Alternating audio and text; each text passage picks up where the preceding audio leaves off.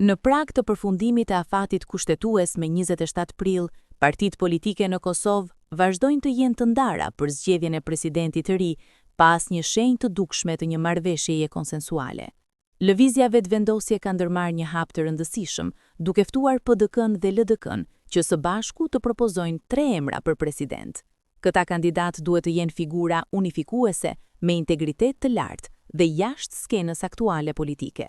Për këta 3 kandidat, LVD-ja ka ofruar të sigurojë së paku 90 nënshkrime të deputetëve, duke tërhequr paraprakisht kandidaturat e Glauk Konjufcës dhe Fatmire Mulhaçës.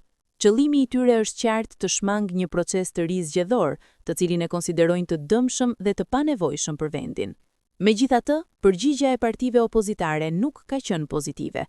Kryetari i PDK-s Bedri Hamza e ka refuzuar këtë ofertë, duke e cilësuar atë si një manovër politike.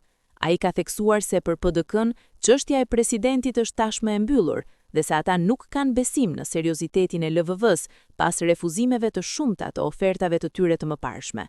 LDK-ja nga ana tjetër ka treguar një farë hapjeje, por me kushte. Kryetari i LDK-s, Lumir Abdigjiku, ka deklaruar se nëse kryeministri Albin Kurti dëshiron një marrëveshje politike me LDK-n, atëherë ata mund të propozojnë emrin e Vjosës Osmanit për presidente. Sipas Abdigjikut, ata nuk kanë nevojë të propozojnë 3 emra, por një të vetëm, dhe ajo mund të jetë Osmani. Megjithatë, Abdigjiku ka kërkuar një garanci prej 66 votash nga LVV-ja për këtë emër, duke e kushtëzuar kështu mbështetjen e tyre. Arbëresh Kryeziu Hyseni, deputete e LVV-s, e ka kritikuar këtë qasje, duke e quajtur kontradiktore. Ajo ka kujtuar se Lumir Abdigjiku e kishte deklaruar të mbyllur periudhën për marrëveshje politike me LVV-n më 20 prill dhe se nuk do të takohej më.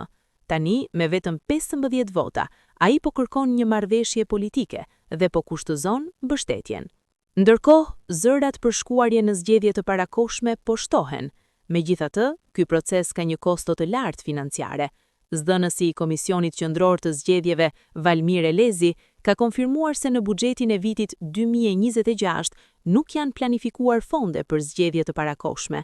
Për krahasim, zgjedhjet e parakohshme të mbajtura më 28 vjetor kushtuan mbi 11 milion euro, ndërsa shpenzimet reale ishin rreth 7 milion euro. Të gjitha këto zhvillime tregojnë se 2 ditët e ardhshme do të jenë vendimtare për të ardhmen politike të Kosovës.